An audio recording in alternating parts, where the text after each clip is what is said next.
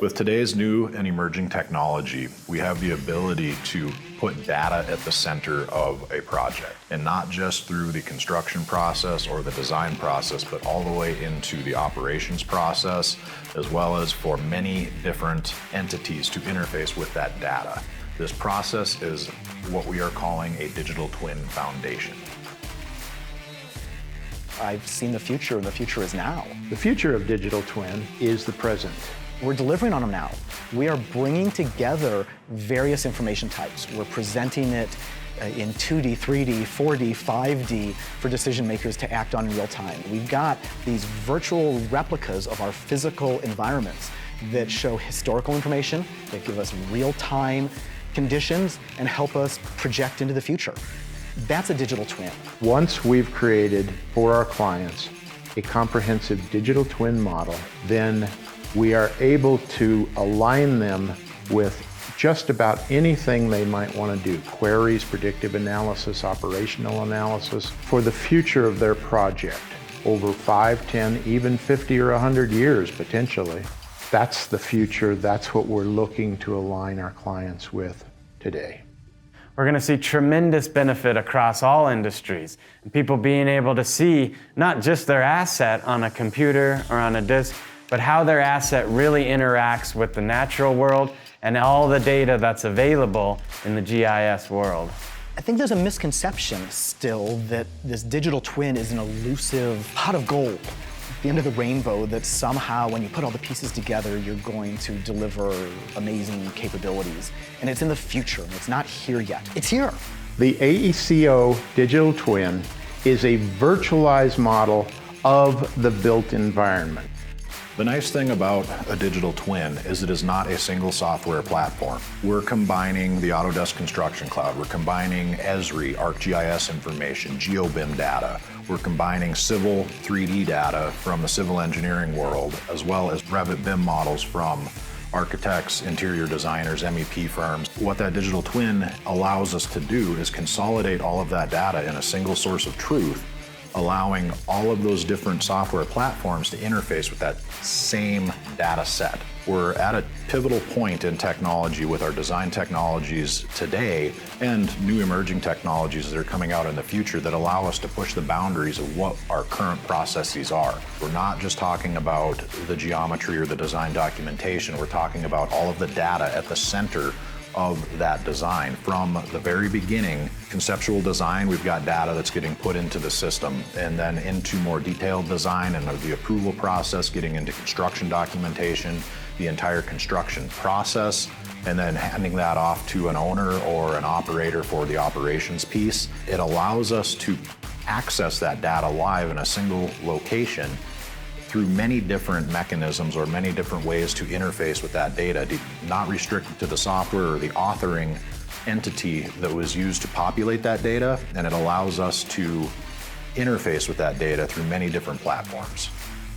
I see digital twin as a journey, starting with creating a basic descriptive model, which aggregates information for a project, but it evolves. It evolves as needed to be the single source which visualizes it, monitors, and potentially automates the operation of a built project.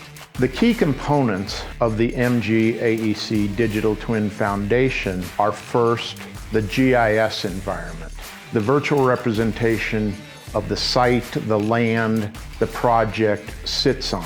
From there, we add in the infrastructure. That means utilities, underground, drainage, all of the things that service the built environment ultimately. And last, we add in the built environment. In other words, the buildings that are important to the structure of the digital twin project as a whole. So you may find yourself asking, who is a digital twin for? It's for everyone that touches the project.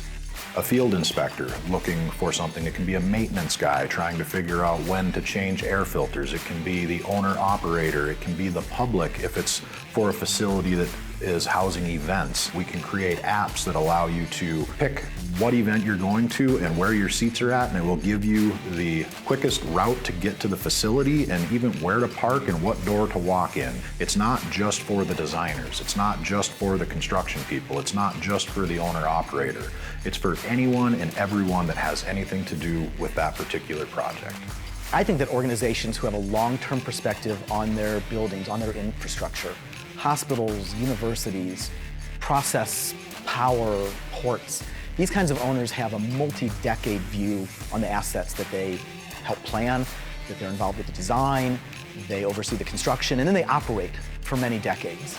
Having that long-term perspective, you're going to invest more likely in the tools that help you get the most efficiency. So if you're thinking about getting into the digital twin arena, there's really two different directions to go. We've got existing facilities and we've got new construction.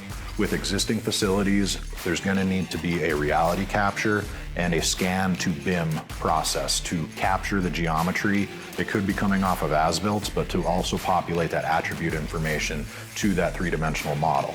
When it comes to providing services for digital twin, the first step's always aggregating the existing data. We provide the services necessary for capturing all as-built data, and the majority of the time that workflow is the laser scan to BIM workflow, and we'll actually bring it all the way forward to a turnkey model.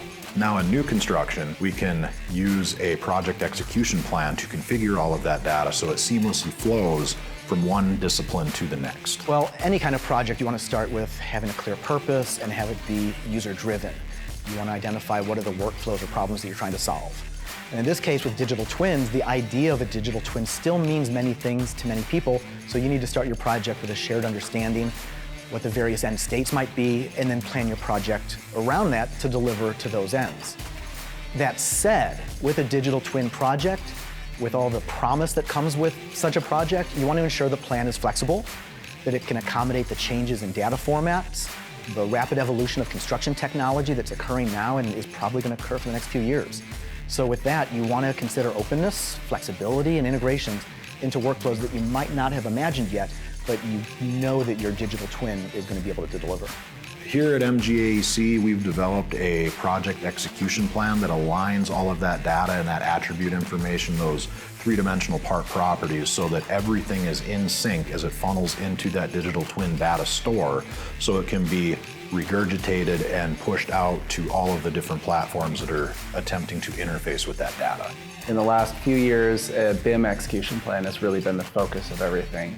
How can we get all of this information together using the same versions of software, making sure things are compatible. It's an expansion beyond the BIM execution plan, and it's necessary when you start to transition into an active project, an active environment like a construction site. When you start off in an architecture office, an engineer's office, you have more structured data, it's all in a similar format, everybody's used to working together, but once those models get combined into a project environment, you have different data sources coming from different places. If there isn't thought and structure to how that comes in, just managing those structured data sets becomes really challenging, and they can be so disparate that we can't get any functionality out of them. Now that we have something that is going so far beyond just a BIM model or a single model or a group of models, we have to have a much more structured definition to what are we putting into the model? Where does this data come from? What format is it in?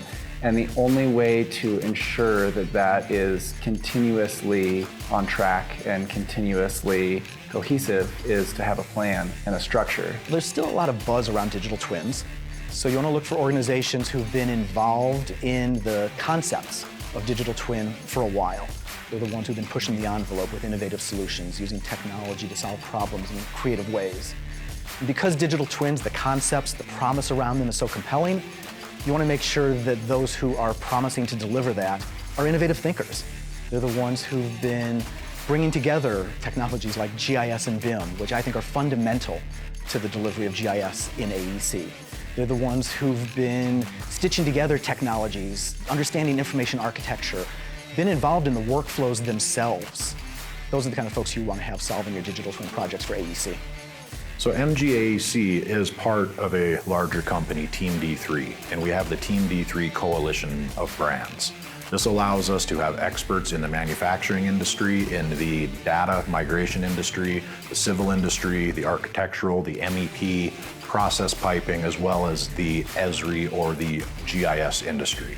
All of these different platforms and our deep bench of technical resources allows us to come together from many different angles to apply this digital twin concept to many different industries. If you're looking to take your projects to the next level, push the boundaries, and get ahead of the curve, I highly recommend exploring the Digital Twin Foundation.